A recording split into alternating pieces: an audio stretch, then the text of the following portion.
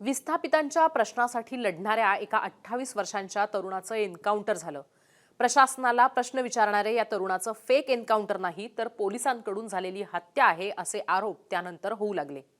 या एन्काउंटरच्या माध्यमातून बिहारमध्ये मुख्यमंत्री सम्राट चौधरी यांच्यावरच आरोप होऊ लागलेत। सत्ताधारी भाजपमध्येही या एन्काउंटरवरनं दोन गट पडल्याचं चित्र आहे। एक एन्काउंटर ते राजकीय काउंटर अशी चर्चा सुरू झालेल्या भरत तिवारी एन्काउंटर प्रकरण सध्या संपूर्ण देशात चर्चेचा विषय झालाय। त्याचं कारण आहे भरत तिवारी एन्काउंटरवरून सुरू झालेलं जातीचं राजकारण। बिहारमध्ये एका 28 वर्षीय तरुणाचं एन्काउंटर झालं 18 जूनला। यावरून बिहार हादरलं आणि राजकीय आरोप प्रत्यारोपांना सुरुवात झाली। सोशल मीडियाच्या माध्यमातून गरीब, पूरग्रस्त आणि विस्थापितांचे प्रश्न मांडणारा भरत तिवारीचा एन्काउंटर आणि त्यावरून होणारा वाद तसंच समोर आलेले काही व्हायरल व्हिडिओ यावरून या एन्काउंटरची माहिती सतत समोर येते। भरत भूषण तिवारी हा भोजपुर जिल्ह्यातल्या बिलाउती गावचा रहिवासी। स्थानिक लोकांच्या मते तो सोशल मीडियाच्या माध्यमातून पूरग्रस्त विस्थापितांचे प्रश्न मांडायचा। भरत एक सामाजिक कार्यकर्ता होता, पण प्रश्न हा आहे की पोलीस म्हणतात त्याप्रमाणे भरतनं मग त्याचा एन्काउंटर झाला त्याआधी हातात बंदूक का उचलली होती। पोलिसांनी जेव्हा भरत एन्काउंटर बद्दल प्राथमिक माहिती दिली तेव्हा पोलिसांचं असं म्हणणं होतं की भरतनं त्याच्या हातात बंदूक घेतली होती। तो हवेत गोळीबार करत होता। लोकांचे जीव वाचवण्यासाठी मग पोलिसांनी त्याच्यावर गोळ्या झाडल्या, ज्यातली एक गोळी त्याच्या पायाला लागली। त्यानंतर त्याच्यावर रुग्णालयात उपचार सुरू असताना त्याचा मृत्यू झाला। पण भरतच्या कुटुंबियांचं म्हणणं आहे की हे एन्काउंटर फेक होतं। पोलीस घरात घुसले होते। भरत जवैनिया गावातल्या पूरग्रस्तांच्या पुनर्वसनाची मागणी करत होता।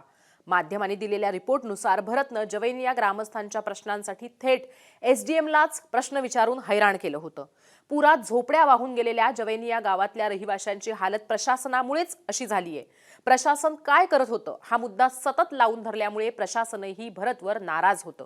तर तिथल्या सरकार किंवा यंत्रणा कुणीही त्याचं म्हणणं तेव्हाही ऐकलं नाही आणि जेव्हा तो सतत प्रश्न विचारत होता तेव्हाही कुणी पुढे आलं नव्हतं असा कुटुंबियांचा आरोप आहे। म्हणून मग भरतनं हत्यार उचललं असं त्याच्या आईचं सुमन देवीचं म्हणणं आहे। पोलीस घरात घुसले, त्यांनी भरतला घेरलं। भरतच्या आईच्या म्हणण्यानुसार भरतनं पोलीस आल्यावर बंदूक फेकली आणि सरेंडर सुद्धा केलं होतं, तरीही पोलिसांनी त्याच्यावर गोळ्या झाडल्या। घरातल्यांनाही कोंडून ठेवलं होतं। त्यावेळेस आज तकला दिलेल्या प्रतिक्रियेत भरतच्या आईचं म्हणणं आहे की पोलीस भरतला मानसिकदृष्ट्या अस्थिर बोलत होते, पण प्रत्यक्षात भरत BSc पास झाला होता। तो नोकरी शोधत होता, नोकरी मिळत नव्हती म्हणून तो गाडी चालवत होता आणि दुसऱ्या बाजूला समाजसेवेचं कामही त्याच्या परीने करत होता। भरतच्या बहिणीनेही या प्रकरणात पोलिसांवर गंभीर आरोप केले आहेत। भरतच्या बहिणीच्या म्हणण्यानुसार पोलिसांच्या भरतला एकूण 5 गोळ्या लागल्या आहेत। भरतच्या प्रायव्हेट पार्टलाही गोळी लागली होती। भरतच्या शरीरावर गन लावून या गोळ्या झाडल्याचा आरोप भरतच्या बहिणीने केलाय। भरतच्या बहिणीच्या म्हणण्यानुसार पोलिसांनी भरतला सांगितलं होतं की त्याच्या मागण्या मान्य करणार, म्हणून मग भरतनं त्याच वेळी तेव्हा तिथंच बंदूक फेकली होती। पोलीस आले, भरतचा मृतदेह एका दुसऱ्या मृतदेहाच्या बाजूला टाकून निघून गेले असं एका हॉस्पिटलमधल्या डॉक्टरनं तिला सांगितल्याचंही भरतच्या बहिणीनं दैनिक भास्करला सांगितलंय। अर्थात हे जे तिने सांगितलंय ते पोस्टमॉर्टेम व्हायच्या आधीचं कशा पद्धतीनं भरतचा मृतदेह हाताळला गेला हे भरतच्या बहिणीला यातनं मांडायचंय। भरतचे वडील काशीनाथ यांनी दैनिक भास्करला सांगितलंय की एन्काउंटर झालं होतं तरीही 12 तास पोलीस स्टेशनमध्ये त्यांना बसवून ठेवलं होतं। भरतला शेवटचं बघताही त्यांना आलं नाही। भरतनं बंदूक हातात घेतल्याचं पोलिसात सांगायलाच ते तिथं पोलीस स्टेशनमध्ये गेले होते असं काशीनाथ यांचं म्हणणं आहे। उलट मलाच कोंडून ठेवलं असं भरतच्या वडिलांनी आरोप केलाय। भरतच्या एका मित्रानंही दैनिक भास्करला सांगितलंय की पोलिसांनी खूपच जवळून भरतला गोळ्या मारल्या होत्या। ज्या जवनिया गावच्या लोकांसाठी भरत लढत होता तिथल्या ग्रामस्थांनीही पोलिसांवरच आरोप केलाय। एका खड्ड्यात भरतला पाडलं आणि त्यानंतर भरतवर गोळ्या मारल्या। भरतला जखमी करूनही अटक करता आलं असतं असं स्थानिकांचं म्हणणं आहे। एकूणच भरत तिवारीच्या एन्काउंटरवरून बिहारमध्ये बराच वादंग होतोय। भरत तिवारीचं ज्या दिवशी एन्काउंटर करण्यात आलं होतं त्या दिवशी भरत हा आपल्या घरीच होता। पोलीस आले त्यानंतर भरतनं आपली हातात बंदूक घेतली आणि तो घराच्या बाहेर पळायला लागला। त्यानं हवेत गोळीबारही केला होता, पण पोलीस त्याच्या जवळ जात होते, पण तेव्हाही भरतनं पोलिसांवर गोळीबार केला नव्हता असं तिथे बघे सांगतात। व्हिडिओही याच्याबद्दलचे समोर आलेले आहेत। पण पोलिसांनी मात्र भरतवर हल्ला केला। विशेष म्हणजे त्याआधी भरतनं असं म्हटलं होतं ते म्हणजे की माझ्या मागण्या पूर्ण करा आणि त्यासाठी मी बंदूक उचललेली आहे। तेव्हा पोलिसांनी त्याला सांगितलं होतं की तुझं म्हणणं आम्ही ऐकण्यासाठीच आलोय आणि तेव्हाच भरतनं आपली बंदूक फेकली होती। पण तरी सुद्धा भरतचा एन्काउंटर झाला। एका उघड्या शेतात भरतचा एन्काउंटर झाला आणि तो आसपास राहत असलेल्या त्याच्या गावातल्या अनेकांनी बघितला सुद्धा आहे। या एन्काउंटरवरनं सतत प्रश्न उपस्थित केले जात आहेत। या एन्काउंटरच्या आधी 15-16 जूनला भरतचा एक व्हिडिओ व्हायरल झाला होता। ज्या व्हिडिओत भरतनं एक पिस्तूल हातात घेऊन फेसबुक लाईव्ह केलेलं, ज्यातून भरत सरकारचं अपयश आणि स्थानिक प्रशासनाबद्दल प्रश्न विचारत होता। या फेसबुक लाईव्ह नंतर शहापूर पोलीस ठाण्याची एक तुकडी भरतच्या घरी गेली होती आणि तेव्हाही भरतच्या हातात पिस्तूल दिसल्यानं पोलिसांना तो व्हायरल व्हिडिओ खोटा नसल्याचं स्पष्ट झालं होतं, असं पोलिसांचं म्हणणं आहे। त्यानंतर पोलिसांना बघून भरत आणखीन बिथरला। त्यानं हवेत 2-3 राऊंड फायर केले, पण आत्मसमर्पणही भारतनं त्यावेळेस केलं होतं। पोलिसांकडनं झालेल्या गोळीबारात भरत जखमी झाला आणि त्याचा मृत्यू झाला। पोलिसांनी भरत जखमी झाल्यानं त्याला रुग्णालयात दाखल करण्यासाठी नेतोय असं सुरुवातीला तिथं असलेल्यांना भासवलं, दाखवलं, पण प्रत्यक्षात भरतला तिथंच मारलं, त्याचा तिथंच मृत्यू झाला होता असा आरोप आता होतोय। मोठा ट्विस्ट तर तेव्हा आला जेव्हा पोलिसांनी केलेल्या या एन्काउंटर बद्दल अनेक प्रश्न उपस्थित करत असतानाच हा एन्काउंटरच चुकीचा असल्याचं कबूल करण्यात आलं।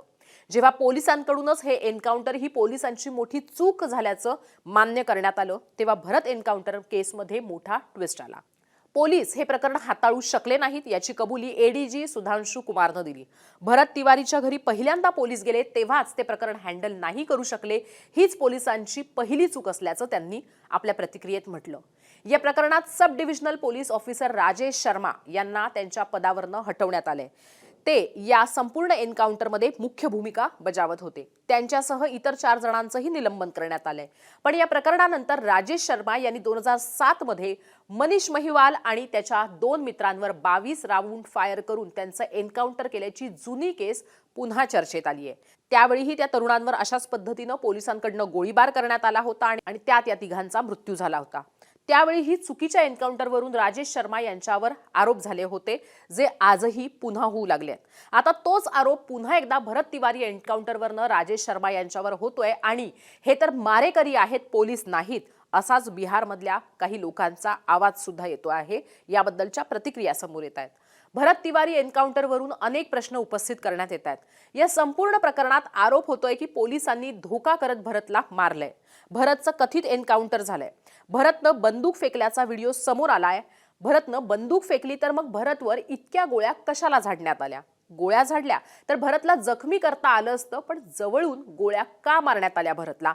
असा प्रश्न उपस्थित केला जातोय। एन्काउंटरमध्ये भरत तिवारीचा मृत्यू झाला होता तर तो जिवंत आहे असं सांगून त्याला हॉस्पिटलमध्ये का नेण्यात आलं? तेव्हाच भरतचा मृत्यू झालाय असं का जाहीर केलं नाही पोलिसांनी? कदाचित गावातल्या इतर लोकांपासून वाचण्यासाठी पोलिसांनी असं केलं असेल।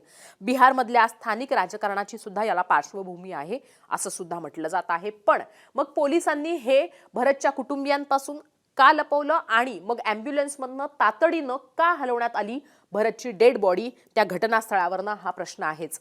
पोलिसांनी एन्काउंटर नंतर दिलेल्या माहितीत भरतला मानसिकदृष्ट्या अस्थिर म्हटलं तर मग त्याचं एन्काउंटर का केलं?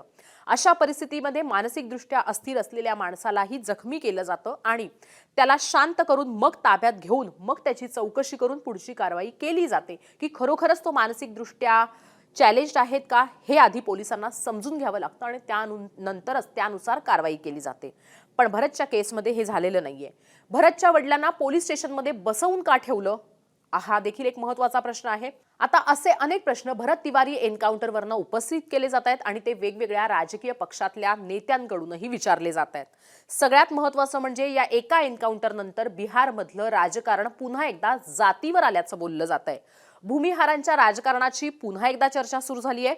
भूमिहार आणि दलितांमधील संघर्षाची बिहारच्या राजकारणाला सवय आहे आणि तेच राजकारण आता होतं आहे किंवा वर येत आहे अशी चर्चा बिहारमध्ये रंगली आहे, देशाच्या राजकारणामध्ये रंगली आहे। भरत तिवारी एन्काउंटरवरनं होणाऱ्या आरोप प्रत्यारोपांमध्येही जात डोकावत असल्याचं तिथले तज्ज्ञ सांगतायत।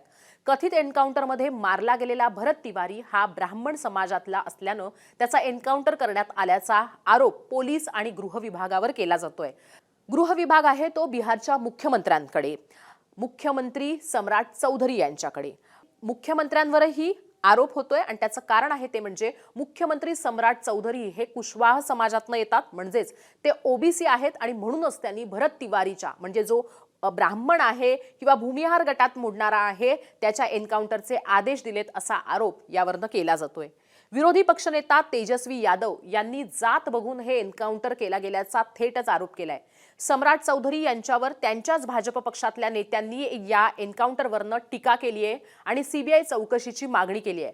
महत्त्वाचं आहे ते म्हणजे की भाजपमध्येच अशा पद्धतीने एका एन्काउंटरवरनं 2 गट पडण्याचं कारण सुद्धा जात असल्याचं सांगितलं जात आहे।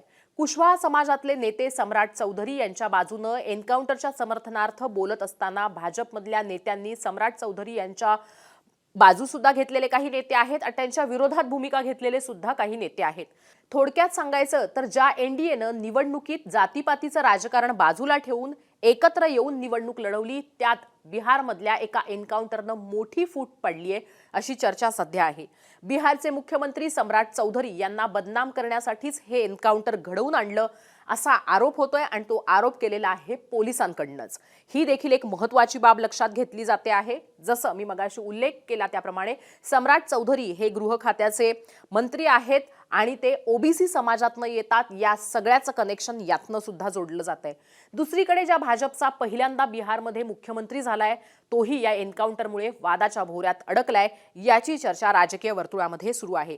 भरत तिवारी एन्काउंटर दिसायला एन्काउंटर किंवा हत्या असा वाद असला तरी सुद्धा बिहारच्या जातीय राजकारणाची सगळी पाळमुळं या एन्काउंटरमुळे पुन्हा पुन्हा चर्चेत येत आहेत किंवा बिहारच्या राजकारणात पुन्हा एकदा जात आणण्यासाठी हे एन्काउंटर कामाला येईल असं म्हटलं जात आहे किंवा या एन्काउंटरचा वापर होईल असं म्हटलं जात आहे आणि आगामी निवडणुकांच्या अनुषंगानं भाजपला घेरण्यासाठी आणि महत्त्वाचं आहे ते म्हणजे भाजपमध्येच फूट पाडण्यासाठी या एन्काउंटरचा वापर केला जाईल अशी चर्चा सुद्धा सध्या बिहारच्या आणि देशाच्या राजकारणामध्ये सुरू आहे। दरम्यान भरत तिवारीचं झालेलं एन्काउंटर यानंतर हे राजकारण होत राहील, पण भरत तिवारी आणि त्याच्या कुटुंबियांना न्याय मिळेल का? भरतनं हत्यार उचललं तर ते हत्यार नेमकं आलं कुठून, त्याला ते कोणी दिलं होतं आणि भरतचं नेमकं पुढे काय करण्याचा विचार होता, या सगळ्याची चौकशी पोलिसांना करावी लागणार आहे। अर्थातच आता या सगळ्या प्रकरणामध्ये न्यायिक चौकशी सुरू आहे, म्हणजे निवृत्त न्यायाधीशामार्फत ही चौकशी सुरू आहे, पण